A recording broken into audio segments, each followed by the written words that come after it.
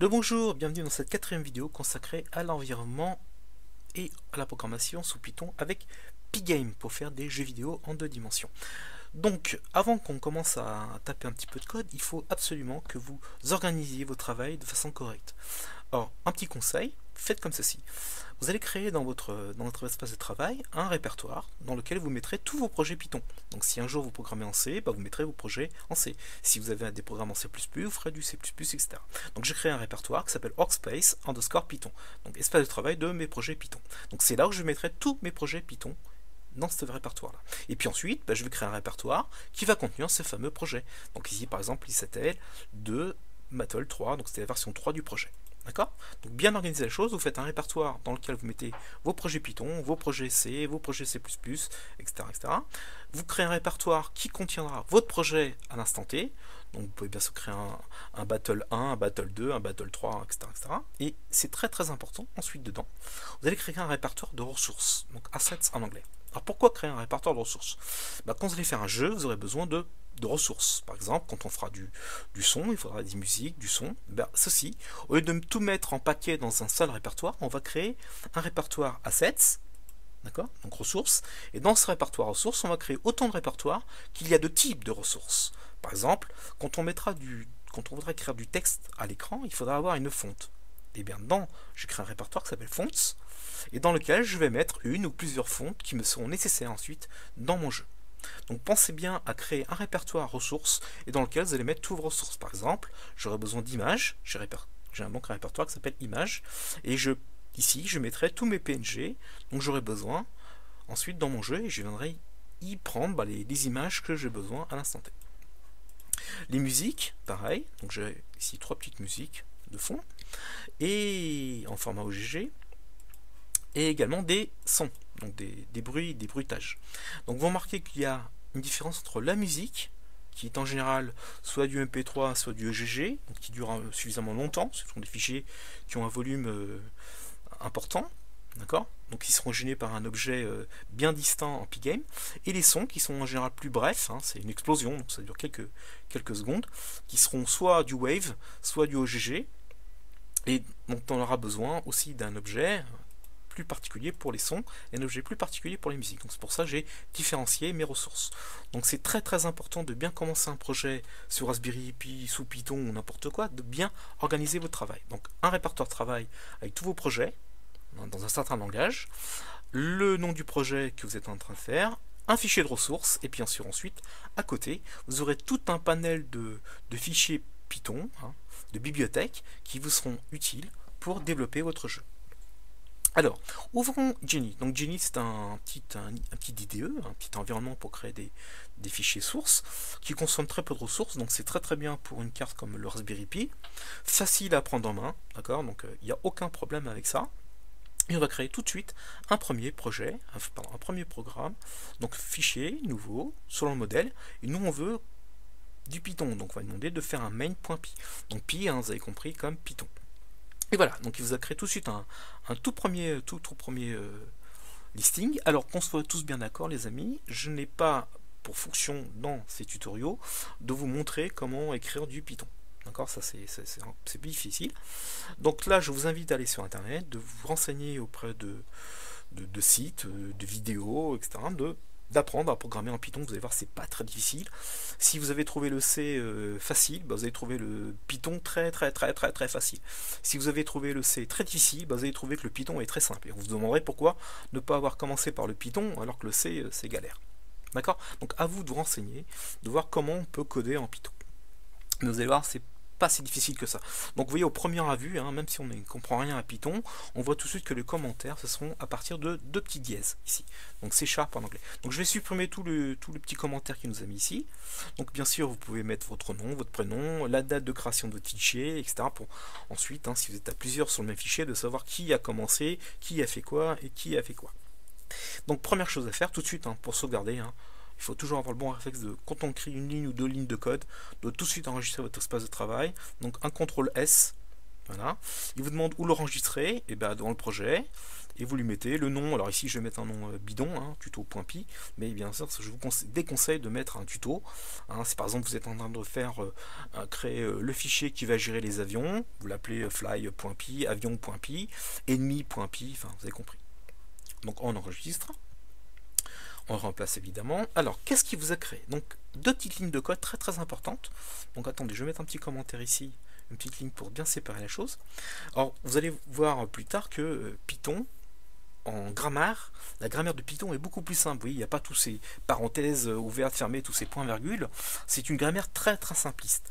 Par contre, ce qui va différencier, ce qui va changer par rapport aux accolades ouvertes et fermées, c'est l'indentation. Donc l'indentation est quelque chose de très important, vous verrez dans les vidéos de tutoriaux sur Python, et je vous conseille de faire apparaître tout de suite les indentations car on en aura besoin. Alors pour ça vous allez dans affichage, dans éditeur, et vous lui demandez d'afficher le marqueur, les espaces, les lignes, enfin afficher tout, comme ça vous serez tranquille. Bon, peut-être pas ligne de fin parce que là ça va surcharger, on va enlever ça, voilà. Et quand on vient ici, vous voyez, donc on a ici créé une fonction def pour fonction qui s'appelle main, on l'aura pour appeler durée de vie, tir. On met deux petits points, comme ça Python il sait qu'on commence à avoir une fonction, et ensuite ce qui va suivre par indentation, quand je fais enter, tout ce qui est indenté à la même ligne sera dans le même bloc. Et quand je supprime une indentation, et bien cette fonction-là se fera en même temps que celle-ci. Donc l'indentation est quelque chose de fondamental en Python. Si vous ne respectez pas l'indentation, évidemment, tout ne marchera pas. Alors pour changer le nombre de notatations quand on fait tab, c'est dans outils, c'est pas là, projet, c'est pas là, voilà, c'est ici.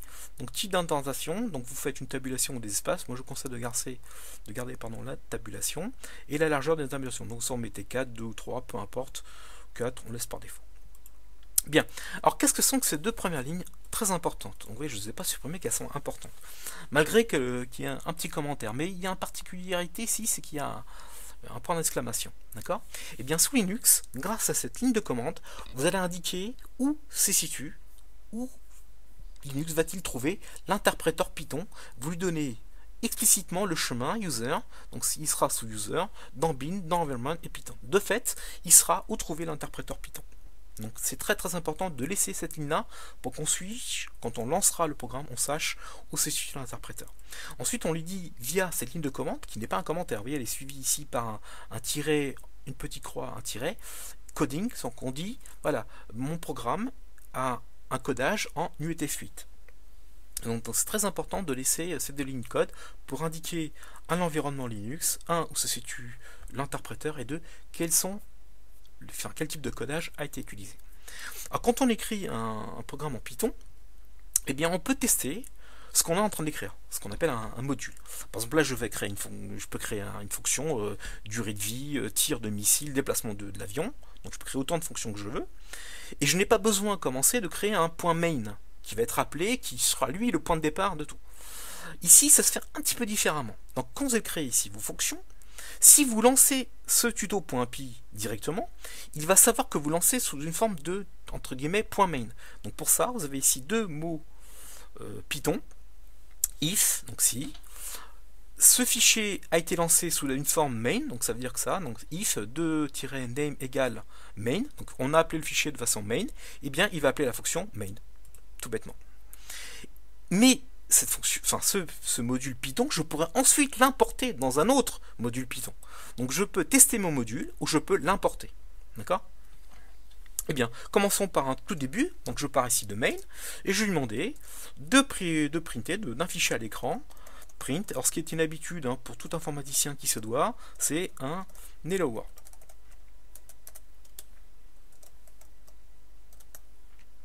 Alors vous voyez les commandes de Python.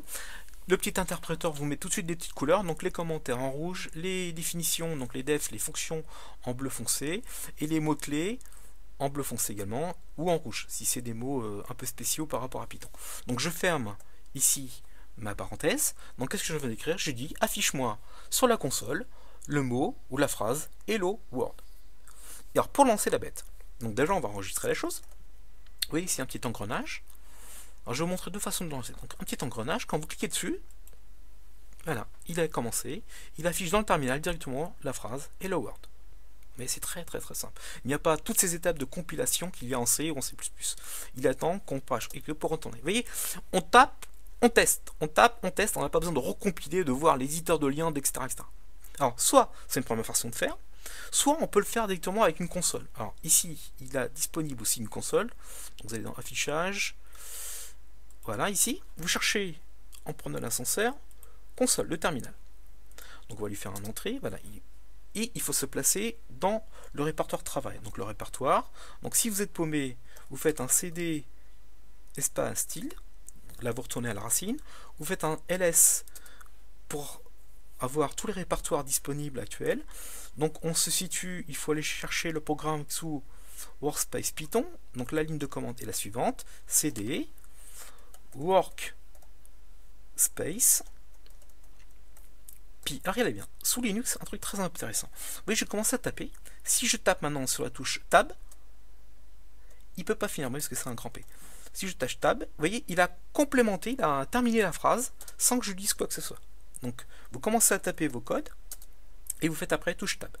Donc, on est sous The, donc CD, toujours, pour se déplacer. The. Donc, si je Tab, vous voyez ce qui va se passer. Il va me dire, voilà, c'est celle-là que je veux, parce que le E, c'est un grand T, là c'est un petit T. Donc tout de suite, vous voyez, je n'ai pas besoin de taper des lignes de code, je commence à taper mes premières lignes de CD et touche Tab, et si tout se passe bien, il vous dit. Donc un petit ls pour voir ce qui se passe dedans, et on a un fichier ici qui s'appelle tuto.py ici. Pour le lancer, c'est très simple, vous faites Python, donc vous appelez l'interpréteur Python, vous lancez le programme que vous voulez, donc tuto.py, Enter, et il vous répond tout de suite via Hello World. Donc vous voyez, c'est beaucoup plus simple. Sous Python en général, les choses vont beaucoup plus vite. Il suffit d'appeler l'interpréteur pour que les choses se passent bien. Donc soit vous utiliserez le terminal ici, d'accord, soit bêtement, vous cliquez ici, et les choses apparaîtront de fait ici dans un terminal.